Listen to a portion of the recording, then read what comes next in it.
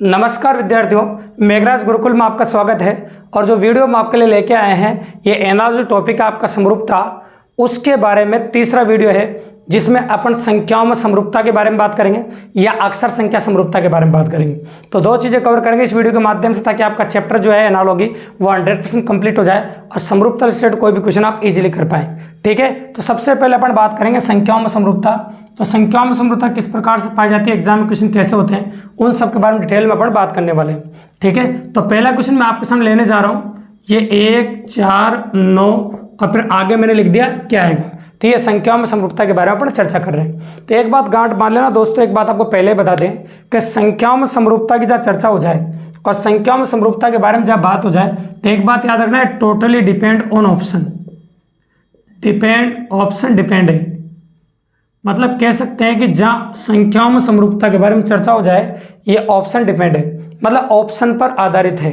क्योंकि इस प्रकार के प्रश्नों के आंसर मल्टीपल होते हैं, इस प्रकार के प्रश्नों के आंसर एक से अधिक भी होते हैं। ठीक है, तो क्योंकि बच्चों की जो सोच है वो अलग अलग होती है, असमरूपता तो आप दर्शा ही सकते हैं, दिखा सकता हूं मैं आपके सामने, बस आप ऑप्शन पर ध्यान दीजिए। अगर आप ऑप्शन पर ध्यान देते हैं तो फिर आप इजीली अप्रोच कर पाएंगे। जैसे मैं ऑप्शन भी लिख देता हूँ, क्वेश्चन पूरा ही कंप्लीट कर देते हैं। इस क्वेश्चन में जैसे मैंने ले लिया आपके सामने 17 और ये 14, ये ऑप्शन भी ले लिया मैंने आपके सामने। अब पहले बच्चे का दिमाग क्या जाता है वो देखो, सुनो, इसमें मल्टीपल क्वेश्चंस आते हैं, मल्टीपल आंसर आते हैं। किसी पहले बच्चे के दिमाग में क्या बात आएगा, सर 1 में 3 जोड़ दो 4 आ जाएगा, उसी प्रकार से 9 में भी 3 जोड़ दो 12 आ जाएगा। ये आंसर आ गया आपका 12।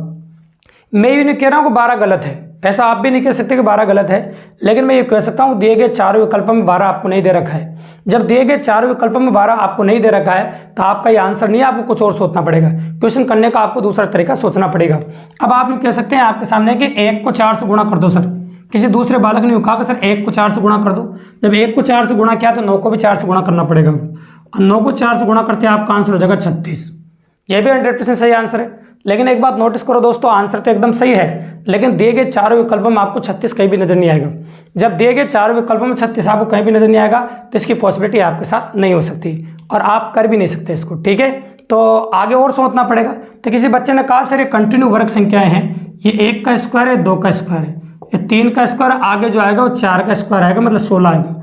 अब आपको दिख रहा है कि ऑप्शन के अंदर 16 है, तो ये तरीका आपके जाके लगा है। तो इस क्वेश्चन के मैंने आपको 3 आंसर निकाल के बताए, लेकिन आंसर तो सही थे, एक ही हुआ आपका, है ना, आंसर जो सही हुआ वो एक ही हुआ आपका। ठीक है, तो इस प्रकार के प्रश्नों से नतीजा क्या निकला कि इस प्रकार के क्वेश्चनों के आंसर मल्टीपल्स होते हैं, लेकिन आंसर आपको वही देना है जो एग्जाम के अंदर हो। अभी मत सोच लेना आपको सर के मान लो तीनों आंसर आए, तीनों ऑप्शन में मिल जाए, ऐसा कभी भी नहीं होता दोस्तों। एग्जाम के अंदर जो आंसर होता है उनमें से एक ही ऑप्शन में होता है ना, और 2 नहीं होते हैं। अगर ऐसा हो जाए तीनों ऑप्शन में हो तो फिर वो क्वेश्चन बोनस बन जाता है, नहीं याद रखेगा। तो इस बात का विशेष तौर से ध्यान रखेगा आप। चलो अगला एक पेपर क्वेश्चन लेता हूँ और काफी अच्छा लेते हैं, जिसमें ऑप्शन हम नहीं देंगे और आपकी सोच को थोड़ा बाउंड लगा देंगे। और जो कंटिन्यू देख रहे हैं क्लास को गौर से देखेगा और क्वेश्चन को अच्छे से देखेगा, अपना आंसर भी देना कमेंट बॉक्स में। ठीक है, तो मैं ये कह रहा हूँ आपके सामने देखिएगा, 24 लिखा, 126 लिखा, 48 लिखा। अब मैं ये कह सकता हूँ आपके सामने कि मैंने जोड़ लगाने की मना कर दिया, घटाव लगाने की मना कर दिया और गुणा लगाने की बिल्कुल भी मना कर दिया। ठीक है, तो जब जोड़, घटाव, गुणा और भाग ये चारों अपन ने मना कर दिया तो 2 ही चीजें बचती क्वेश्चन करने के लिए, एक तो वर्ग संख्या बचती है और एक आपकी घन संख्या बचती है। तो क्वेश्चन करने के लिए आपकी वर्ग संख्या होती है और घन संख्या होती है, उनका इस्तेमाल अपन कर सकते हैं, वर्ग संख्याओं का और घन संख्याओं का। ठीक है, कोई दिक्कत ही नहीं। अब मैं कह सकता हूँ आपके साथ वर्ग संख्या का इस्तेमाल करेंगे तो आप ये नोटिस करेंगे कि चॉइस के आसपास की वर्ग संख्या क्या है। तो आप जानते हैं चॉइस के आसपास की वर्ग संख्या है 5। तो आप कह सकते हैं ये 5 का स्क्वायर माइनस 1 है और ये आपका 5 का क्यूब प्लस 1। उसी प्रकार से आप कह सकते हैं कि ये 7 का स्क्वायर माइनस 1 है और ये हो जाएगा आपका 7 का क्यूब प्लस 1। तो 7 का क्यूब प्लस 1 मतलब 7 का क्यूब आपका 343 और 1 जोड़ोगे तो आपका हो जाएगा 344। तो ये आपका आंसर हो जाएगा। इस प्रकार से अपन ने पॉसिबल बना दिया। तो काफी मजेदार क्वेश्चन था और काफी एंटरटेनिंग क्वेश्चन था, इस प्रकार से आप कर सकते हैं। अब अगला क्वेश्चन ले रहा हूं मैं, जिसमें मैंने 6 को लिखा, 2 2 2 2। उसी प्रकार से मैंने 8 की बात करी तो कई बच्चों को मन में सवाल डायरेक्ट आ जाता है कि सर आपने 6 लिखा, 6 का नोट मान लो सपोज करो, उसको 2 2 के 3 खुले करा लिए, उसी प्रकार से 8 के भी 2 2 के 4 खुले करा लो, आपका आंसर हो जाएगा। नहीं, ऐसे नहीं करना बिल्कुल भी, तो दिए गए विकल्प में वो आपको आंसर नहीं मिला सपोज कर लीजिए।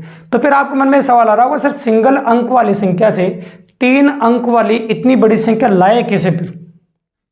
तो सिंगल अंक वाली संख्या से 3 अंक वाली इतनी बड़ी संख्या लाने का पूरी दुनिया में एक ही तरीका है। वो तरीका क्या है? पूरी दुनिया में एक ही तरीका, और वो तरीका है घन संख्याएं। तो घन संख्याओं के माध्यम से सिंगल संख्या से भी आप 3 अंक वाली संख्या ला सकते हैं। जैसे आप कह सकते हैं कि ये जो संख्या है आपकी, ये वो आपकी 6 का क्यूब प्लस 6 है ना। तो 6 का क्यूब 216 और 6 जोड़ा तो 222। उसी प्रकार से ये जो पैटर्न है सेम टू सेम पैटर्न 65 दे रखा है। 8 का क्यूब प्लस 8, 512 प्लस 8 मतलब 520। तो इस प्रश्न का आंसर हो जाएगा आपका 520। तो कोई दिक्कत नहीं, बिल्कुल इजीली कर सकते हैं और काफ़ी आसानी से प्रश्न का आंसर आप कर देंगे। तो ऐसे करेंगे तब जाके होगा, ठीक है। तो ये हो जाएगा आपका क्वेश्चन नंबर 3 जो अपन ने आपको बताया, ठीक है। अब इसके बाद अगर आगे बात करें अपन और किस प्रकार की पॉसिबिलिटी करें तो उसके बारे में बात करें। जैसे क्वेश्चन नंबर 4 लिखा मैंने, और इसको जो लिखने का तरीका वो लिखा है ऐसा 8, 10 और 12 संख्याओं में समरूपता है। ऐसे क्वेश्चन की डिमांड आजकल एग्जाम में काफ़ी ज़्यादा है। ये टोटली ऑप्शन डिपेंड है किस प्रकार की पॉसिबिलिटी है। तो मैंने लिखा 9, 10, 8, 13, 14 और 16, 11, 22 और 33। फिर लिखा मैंने ऑप्शन 15, 17 और 19। इस प्रकार की संख्याएं आपको दे रखी है।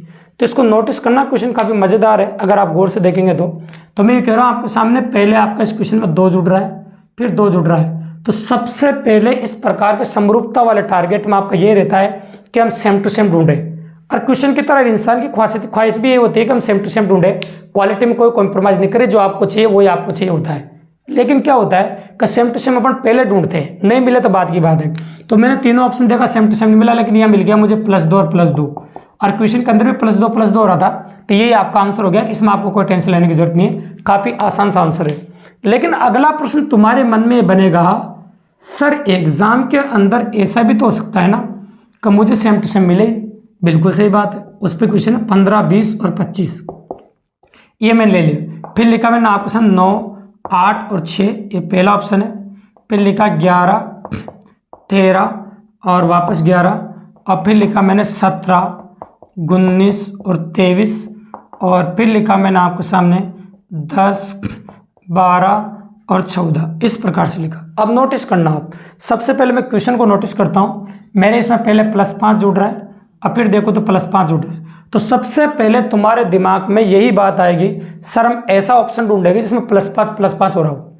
सबसे पहले आपके मन में यही बात आएगी, सर हम ऐसा ऑप्शन ढूंढेंगे जिसमें +5 हो रहा हो। तो आपने नोटिस कर लिया, सारे ऑप्शन आपने देखे हैं, और सारे ऑप्शन अब जब आप देखेंगे तो +5 कहीं भी नहीं हो रहा है। जब आप नोटिस करेंगे तो +5 कहीं भी नहीं हो रहा है, ठीक है। तो तुम्हारे मन में क्या ख्याल आएगा कि आंसर नहीं है भाई। तो अगर समरूपता का मतलब क्या होता है, जैसे अर्थ में कहावत है ना, कह सकते हैं आपके सामने, न मामा से काणो मामो छुको। अगर मामा ही नहीं हो तो उससे काना भी चलेगा। तो उसी प्रकार से सेम टू सेम अगर बात करें कि सेम टू सेम +5 नहीं मिले, तो कम से कम ऐसा ऑप्शन ढूंढ लो जिसमें कम से कम समान जुड़ रहा हो। कम से कम ऐसा ऑप्शन ढूंढ लो जिसमें समान जुड़ रहा हो। तो मैं ये कह सकता हूँ आपके सामने +2 और ये आपका +2 और +2, 2 बार आपका +2 हो रहा है। इस प्रकार से आप एनालिसिस कर सकते हैं और ये आपका आंसर हो जाएगा। करेक्ट ऑफ वेरिएंट है तो पॉसिबिलिटी इस प्रकार से आपका आंसर हो जाएगा, ठीक है। तो +2 ये वेराइटी आपको एग्जाम में देखने को मिल जाएगी। और अच्छी वेराइटी मैं आपके सामने लेता हूँ क्वेश्चन नंबर 6 के अंदर, वो भी आप देख लीजिए। फिर लिया मैंने 6, 36 और 72, ये मैंने ले लिया आपके सामने। और फिर ऑप्शंस भी लेने पड़ेंगे मुझे, 9, 81 और 90। फिर लिया मैंने 8, 64, 56। फिर लिया 11, 121, 363, और फिर लिया मैंने 7, 49 और 98। अब इनको आप गौर से देखेंगे और अच्छे से देखेंगे तो आपकी पॉसिबिलिटी बहुत अच्छी बनेगी और काफ़ी इजीली आप समझ पाएंगे और क्वेश्चन काफ़ी आसानी से आप कर पाएंगे, ठीक है। तो गौर से देखिएगा आप किस प्रकार की पॉसिबिलिटी कैसे उनके बारे में बात करेंगे अपन, देखिएगा। तो मैं क्वेश्चन के बारे में बात करूँगा, तो इसके बारे में बात करेंगे तो आप नोटिस करेंगे तो 6 का स्क्वायर है, ये आपका 6 का स्क्वायर है और ये 2 से गुणा हो रहा है बाद।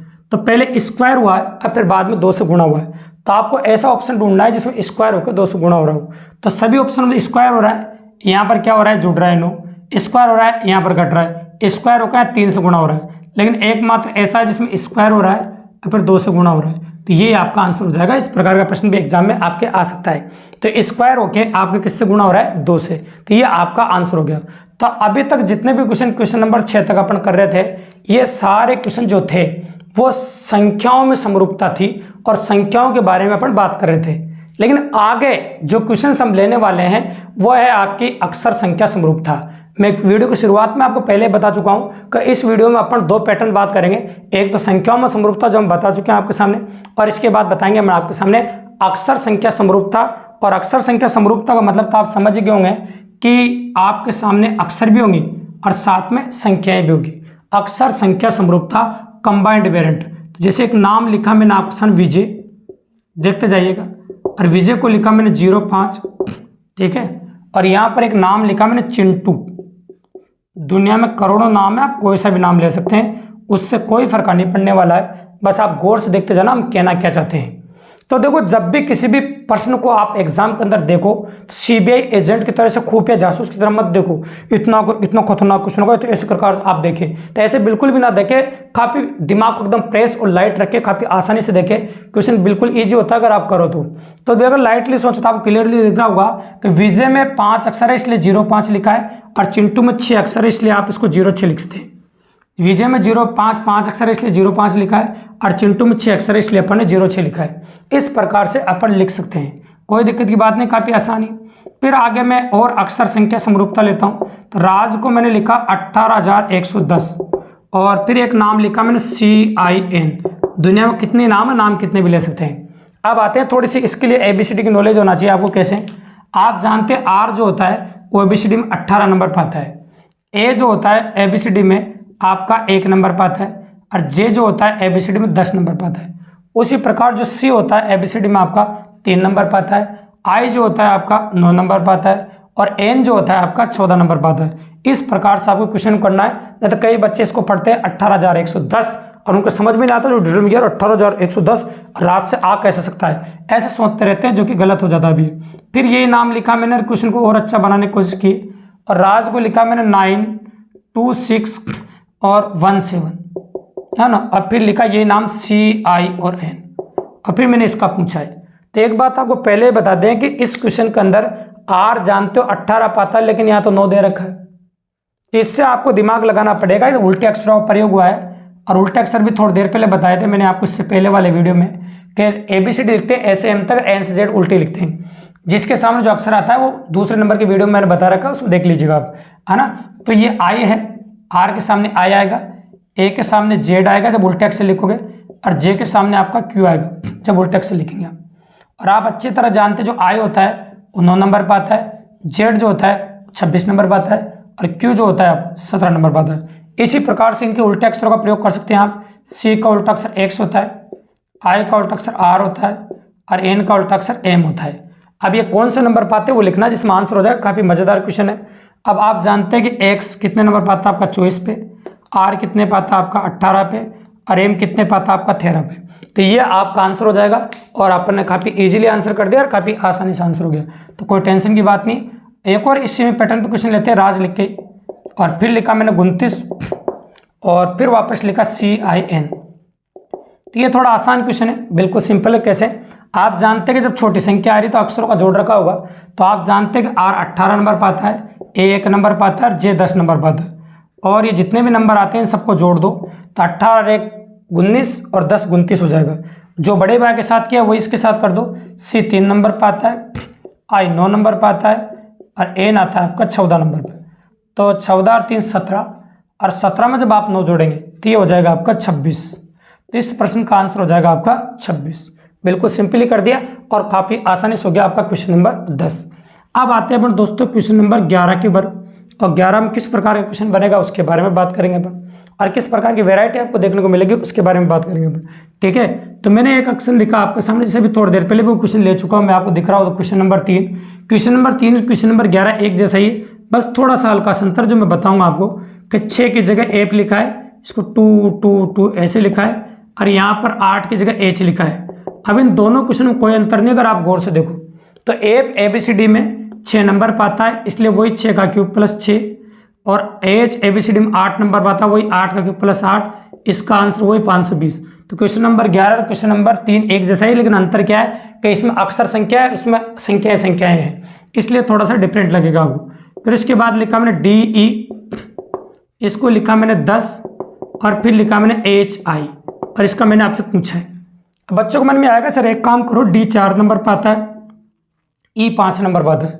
बच्चों ने बोला D 4 नंबर पर आता है और E 5 नंबर पर आता है। एक काम कीजिए, दोनों को जोड़ दो और एक और जोड़ दो, 4 5 9 और एक 10 जोड़ दो। यहाँ पे ऐसे कीजिए, 8 है 9 नंबर पे, एक जोड़ दो और 18 आ जाएगा। तो मैं यूँ कहता हूँ आपसे कि 18 जब एग्जाम में क्वेश्चन आया था ये, तो 18 ऑप्शन में था ही नहीं। इसका मतलब यूँ कह रहा हूँ मैं 18 गलत है, 18 100% सही है, लेकिन यूँ कह रहा हूँ मैं ऑप्शन में नहीं है, तो आपको कुछ और सोचना पड़ेगा। तो मैंने कहा था इस प्रकार के क्वेश्चनों का आंसर जो होते हैं वो मल्टीपल होते हैं, मतलब एक से अधिक होते हैं, तो कुछ और सोचना पड़ेगा। फिर आपको कुछ और सोचना, मतलब दोनों को गुणा करके 2 का भाग लगाइए। जब दोनों गुणा करके आपने 2 का भाग लगाया तो 10 आ गया। इसी प्रकार से यहाँ भी दोनों गुणा करके 2 का भाग लगा दीजिए, तो आपका आंसर 36 आ जाएगा। और 36 जब आप ऑप्शन में नोटिस करेंगे, जब एग्जाम में क्वेश्चन आता है ये, तो आपको 36 ऑप्शन में मिल जाएगा। तो इस प्रकार से आपको सोच जनरेट करना पड़ेगा। 18 भी आपका सही है, अगर आपका आने वाले एग्जाम में 18 आता है तो आप 18 भी चूज कर सकते हैं। दोनों साथ में नहीं आएंगे, दोनों में से एक ही आएगा। और इस टॉपिक का लास्ट क्वेश्चन लेते हैं अपन, जो भारत के नंबर 1 एग्जाम IAS में पूछा था। काफ़ी अच्छा क्वेश्चन है और काफ़ी इंपॉर्टेंट है। तो इसने C को 16 लिखा था और यहाँ पर आपका F था, और ये क्वेश्चन पूछा गया था। काफ़ी मज़ेदार है और सोच थोड़ी बड़ी थी, क्योंकि बड़े एग्जाम का क्वेश्चन है, तो सोच बड़ी थी। क्या करें, आपके मन में सवाल आ रहा होगा सर C 3 नंबर पाता है, तो मैं अच्छी तरह जानता हूँ, लेकिन 16 है इसके बारे में बिल्कुल नहीं जानता, तो क्या करूँ फिर। तो सर एक काम कीजिए, 3 जोड़ी, तो 3 और 1 कितना होगा 4। अब 4 से 16 तक पहुँचने का तरीका हम अच्छी तरह जानते हैं, क्योंकि 4 का स्क्वायर कर दीजिए 16 आ जाएगा। 4 का स्क्वायर कर दीजिए, क्या आ जाएगा आपका 16। उसी प्रकार से यहाँ भी कर सकते हैं आप। 1 6 नंबर पाता है, 6 और 1 जोड़ दो, कितना आ जाएगा आपका 7, और 7 का जो स्क्वायर होगा आपका वो आपका 49 हो जाएगा। ये हो गया आपका इस प्रश्न का आंसर। तो इजीली अपन अप्रोच कर पाए। तो इस आज के वीडियो के जरिए अपन ने 2 टॉपिक डिसाइड किए। पहला टॉपिक था आपका संख्याओं में समरूपता, और दूसरा था अक्षर संख्या समरूपता। नामों में समरूपता और अक्षरों की समरूपता के लिए 2 वीडियो हम पहले बना चुके हैं। इस प्रकार से इन 3 वीडियो के माध्यम से हम आपका एनालॉग टॉपिक 100% कंप्लीट कर चुके हैं। अब इन तीनों वीडियो को आज कंप्लीटली देख लेते हैं, तो औकात नहीं किसी एग्जाम की जो आपको एनालॉग से रिलेटेड कोई क्वेश्चन गलत करा दे, अगर आप ईमानदारी से पढ़े। फिर भी अगर कोई भी क्वेश्चन आपको मिले दोस्तों, कमेंट बॉक्स में कमेंट कीजिए, लाइक कीजिए, शेयर कीजिए। मेघराज गुरुकुल चैनल पर बने रहिए, शेयर जरूर कर दीजिए दोस्तों, ताकि अपने दोस्तों को मिल सकें, और सब्सक्राइब तो चैनल को जरूर कर दीजिए दोस्तों। और बने रहे मेरे यूट्यूब चैनल पर, मिलते रहेंगे रोज शाम को 4 बजे एक नई वीडियो के साथ। धन्यवाद।